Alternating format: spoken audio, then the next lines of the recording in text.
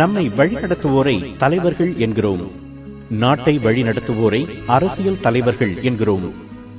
உலக அரசியலை அலசி பார்த்தால் பல தலைவர்கள் தங்கள் நாட்டை வழிநடத்துவதற்கு பதில் சொந்த வீட்டை மட்டும் வழிநடத்தி கொண்ட அவலம் தெரிய வரும்.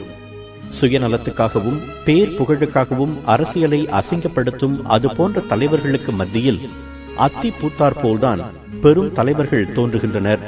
பொதுநலத்தை உயிராக போற்றி தங்கள் பணியை செவ்வனே செய்கின்றனர்.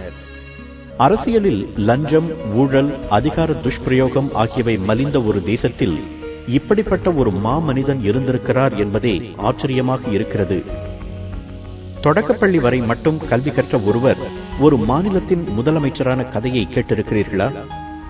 அவர் ஆங்கிலம் தெரியாமல் அரசியல் நடத்தியவர்.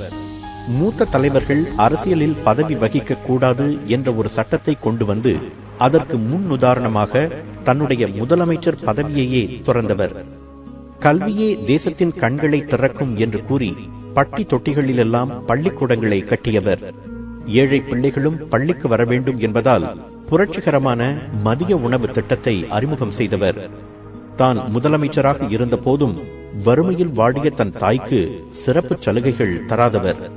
சினிமாவில்தான் இது போன்ற கதாபாத்திரங்களை பார்க்க முடியும் என்று சொல்லும் அளவுக்கு தமிழகத்தில் நம்ப முடியாத நல்லாட்சியை தந்து இரவா புகழ் பெற்ற அந்த உன்னத தலைவரின் பெயர் காமராஜர். அவரை போன்ற தலைமைத்துவம் தமிழ்நாட்டில் தொடர்ந்திருந்தால் அந்த மாநிலம் தரணி போற்றும் அளவுக்கு உயர்ந்திருக்கும் என்பது மறுக்க முடியாத உண்மை. 1903 ஜூலை 15 தமிழ்நாட்டின் விருதுநகரில் குமாரசாமி நாடார், சிவகாசி அம்மாள் ஆகியோருக்கு மகனாக பிறந்தார் காமராஜர். ஏழ்மையான குடும்பம். இந்தியாவின் களங்கமாக இருக்கும் உயர்ந்த ஜாதி, தாழ்ந்த ஜாதி என்ற சமூக அமைப்பில் அவர் தாழ்த்தப்பட்ட ஜாதியைச் சேர்ந்தவர். ஏழ்மை காரணமாகவும் படிப்பு ஏறாததன் காரணமாகவும் அவரால் 6 ஆண்டுகள்தான் கல்வி கற்க முடிந்தது. 12வது வயதில் அவர் தனது தாய் மாமனின் துணிக்கடையில் வேலை பார்த்தார். அப்போது இந்தியா முழுவதும் சுதந்திர தீ கொழுந்துவிட்டு எரிந்து கொண்டிருந்தது. அவருக்கு 15 வயதான போது ஜாலியன்வாலா பாக் படுகொலை பற்றிய செய்தி அவர் காதுகளுக்கு எட்டியது. அதே நேரம் காந்தி விடுத்த ஒத்துழையாமை இயக்க அழைப்பை ஏற்று தனது 16வது வயதில் அவர் காங்கிரஸ் கட்சியில் முழு நேர ஊழியராக சேர்ந்தார். அன்றிலிருந்து பல ஆண்டுகள் அவர் சௌகரியம், பதவி என்று பாராமல் கட்சிக்காக கடுமையாக உழைத்தார். 1930 ஏப்ரல் மாதம் வேதாரண்யத்தில் காந்தி அடிகளின் உப்பு சத்தியாகிரகத்தில் கலந்து கொண்டார். அதனால் அவருக்கு 2 ஆண்டு சிறை தண்டனை விதிக்கப்பட்டது. அந்த முதல் சிறை தண்டனைக்கு பிறகு அவர் மேலும் 5 முறை சிறைவாசம் அனுபவித்திருக்கிறார். கிட்டத்தட்ட 8 ஆண்டுகளை அவர் சிறையில் கழித்திருக்கிறார். 1940 பிப்ரவரி மாதம் தமிழ்நாடு காங்கிரஸ் கட்சியின் தலைவராக அவர் தேர்ந்தெடுக்கப்பட்டார். அந்த பொறுப்பை அவர் அடுத்த 14 ஆண்டுகளுக்கு வகித்தார். 1952 நாடாளுமன்ற உறுப்பினராக தேர்ந்தெடுக்கப்பட்டார். அடுத்த 2 ஆண்டுகளில் அவர் சென்னை மாநிலத்தின் முதலமைச்சரானார். மிகவும் தயக்கத்தோடுதான் அந்த பொறுப்பை அவர் ஏற்றுக்கொண்டதாக குறிப்புகள் கூறுகின்றன. இந்தியாவில் ஆங்கிலம் தெரியாத ஒருவர் ஒரு மாநிலத்தின் முதலமைச்சரானது அதுவே முதல் முறை. ஆனால் ஆங்கிலம் தெரியாமலும் 6 ஆண்டுகளே கற்ற கல்வியுடனும் முதலமைச்சர் பொறுப்பை ஏற்ற அவர்தான் அடுத்த 9 ஆண்டுகளுக்கு தலை சிறந்த தலைமைத்துவத்தை தமிழ்நாட்டுக்கு வழங்கினார். அவரது காலகட்டத்தில் இந்தியாவிலேயே மிகச்சிறந்த முறையில் நிர்வகிக்கப்பட்ட மாநிலம் என்ற பெருமையை பெற்றது தமிழ்நாடு. அப்படி அவர் என்ன செய்தார்? அரசியலில் தன்னை எதிர்த்தவர்களையே ஒருவர் அரவணைத்த கதையை நீங்கள் கேள்விப்பட்டிருக்கிறீர்களா? காமராஜர் முதலமைச்சரான உடனேயே அதே பதவிக்கு தன்னை எதிர்த்து போட்டியிட்ட சி. சுப்பிரமணியம், எம். பக்தவச்சலம் ஆகிய இருவரையும் தன் அமைச்சரவையில் சேர்த்துக் கொண்டு அனைவரையும் வியப்பில் ஆழ்த்தினார். அவர் தனது அமைச்சர்களுக்கு சொன்ன அறிவுரை என்ன தெரியுமா? பிரச்சனையை எதிர்கொள்ளுங்கள். அவை எவ்வளவு சிறியதாக இருந்தாலும் பரவாயில்லை. அவற்றை தீர்ப்பதற்கான வழிகளை தேடுங்கள். நீங்கள் ஏதாவது செய்தால் மக்கள் நிச்சயம் திருப்தி அடைவார்கள் என்பதுதான். அவரது நல்லாட்சியில் கல்வித்துறையிலும் தொழில்துறையிலும் தமிழ்நாடு துரிதமான வளர்ச்சி கண்டது. மாநிலம் முழுவதும் பல புதிய பள்ளிகளை கட்ட உத்தரவிட்டார். பழைய பள்ளிகள் சீர் செய்யப்பட்டன. ஒவ்வொரு கிராமத்துக்கும் ஒரு தொடக்கப்பள்ளி, ஒவ்வொரு பஞ்சாயத்துக்கும் ஓர் உயர்நிலைப் பள்ளி இருப்பதை உறுதி செய்தார். எழுத்தறிவின்மையை போக்க வேண்டும் என்பதற்காக 11ஆம் வகுப்பு வரை இலவச கட்டாய கல்வியை அறிமுகப்படுத்தினார். ஏழை சிறுவர்களின் வயிறு காயாமல் இருக்க லட்சக்கணக்கான சிறுவர்களுக்கு மதிய உணவு வழங்கும் உன்னதமான திட்டத்தை அறிமுகம் செய்தார். ஜாதி, வகுப்பு, ஏழை பணக்காரன் என்ற பேதத்தை ஒழிக்க விரும்பிய அவர் எல்லா பள்ளி பிள்ளைகளுக்கும் இலவச சீருடைகள் வழங்கினார். அவரது ஆட்சியில் தமிழ் மொழிக்கு நல்ல அங்கீகாரம் கிடைத்தது. பள்ளிகளிலும் உயர்கல்வி நிலையங்களிலும் தமிழை போதனா மொழியாக்கியதோடு அறிவியல் தொழில்நுட்ப பாட புத்தகங்களும் தமிழில் வெளிவரச் செய்தார். அரசாங்க அலுவலகங்களுக்கு தமிழ் தட்டச்சு இயந்திரங்கள் அறிமுகமாயின. நீதிமன்றங்களிலும் வழக்குகளை தமிழில் நடத்த ஊக்குவிக்கப்பட்டது. அவரது ஆட்சியில் விவசாயம் நல்ல வளர்ச்சி கண்டது. வைகை அணை, மணிமுத்தாறு அணை, கீழ்பவானி அணை, பரம்பிக்குளம், சாத்தனூர் அணை என்று பல அணைக்கட்டு திட்டங்கள் அசுர வேகத்தில் நிறைவேற்றப்பட்டன. தொழில்துறையிலும் முத்திரை பதித்தார் காமராஜர்.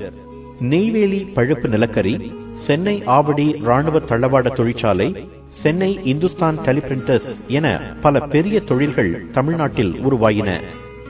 அவரது மாட்சிமை பொருந்திய ஆட்சியை கண்டு இந்திய பிரதமர் நேரு இந்தியாவிலேயே மிகச்சிறந்த முறையில் நிர்வகிக்கப்படும் மாநிலம் தமிழ்நாடு என்று பாராட்டினார்.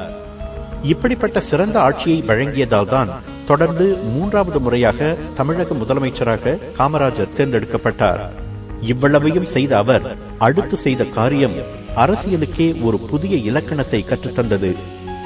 காங்கிரஸ் கட்சி அதன் துடிப்பையும் வலிமையையும் இழந்து வருவதாக உணர்ந்த காமராஜர் எல்லா மூத்த காங்கிரஸ் தலைவர்களும் தங்கள் அரசியல் பதவிகளை ராஜினாமா செய்துவிட்டு நாட்டு நலனுக்காக கட்சி பணிகளில் ஈடுபட வேண்டும் என்ற ஒரு திட்டத்தை உருவாக்கி பிரதமர் நேருவிடம் பரிந்துரைத்தார். 2 மாதங்களில் அந்த திட்டத்தை ஏற்றுக்கொண்டது காங்கிரஸ் பணிக்குழு. அந்த திட்டத்திற்கு காமராஜர் திட்டம் என்றே பெயரிடப்பட்டது. தனது திட்டத்துக்கு முன் உதாரணமாக இருக்க 1963ஆம் ஆண்டு அக்டோபர் 2ஆம் தேதி தனது முதலமைச்சர் பதவியை ராஜினாமா செய்தார் அந்த அதிசய தலைவர். அவரை தொடர்ந்து லால் பகதூர் சாஸ்திரி, ஜக்ஜீவன் ராம், மொரார்ஜி தேசாய், எஸ்.கே. பட்டேல் போன்ற தலைவர்களும் பதவி விலகினர். அதே ஆண்டு அகில இந்திய காங்கிரஸ் கட்சியின் தலைமை பொறுப்பை அவருக்கு தந்தார் ஜவஹர்லால் நேரு. அதற்கு அடுத்த ஆண்டே நேரு இறந்ததை தொடர்ந்து இந்தியாவின் அடுத்த பிரதமராக லால் பகதூர் சாஸ்திரியை முன்மொழிந்தார் காமராஜர். 2 ஆண்டுகளில் சாஸ்திரியும் மரணத்தை தழுவ அப்போது 48 வயதே நிரம்பியிருந்த நேருவின் மகள் இந்திரா காந்தியை இந்தியாவின் அடுத்த பிரதமராக்கினார் காமராஜர். அந்த 2 தலைமைத்துவ மாற்றங்களையும் அவர் மிக லாபகமாக செய்து முடித்ததால் அவரை கிங் மேக்கர் என்று அழைத்தனர் பத்திரிகையாளர்களும் மற்ற அரசியல்வாதிகளும்.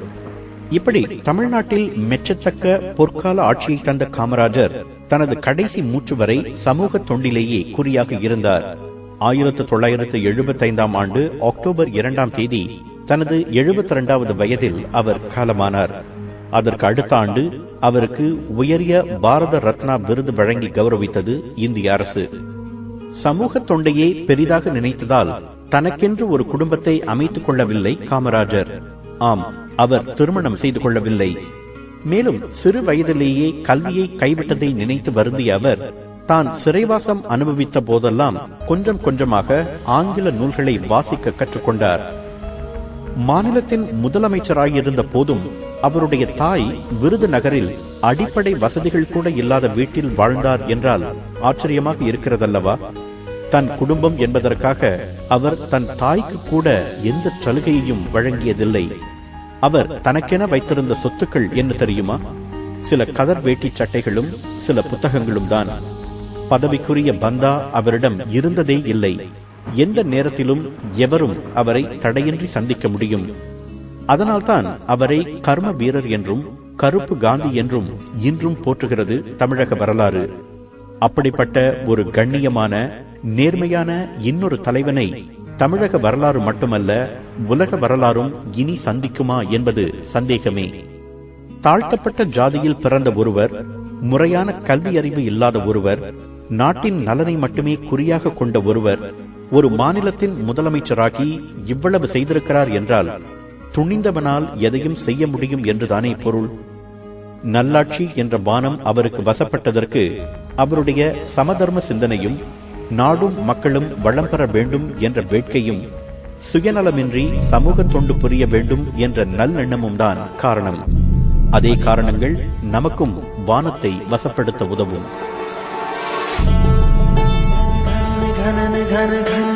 வானம் வசப்படுவே. 96.8 கேட்டாலே பரவசம்.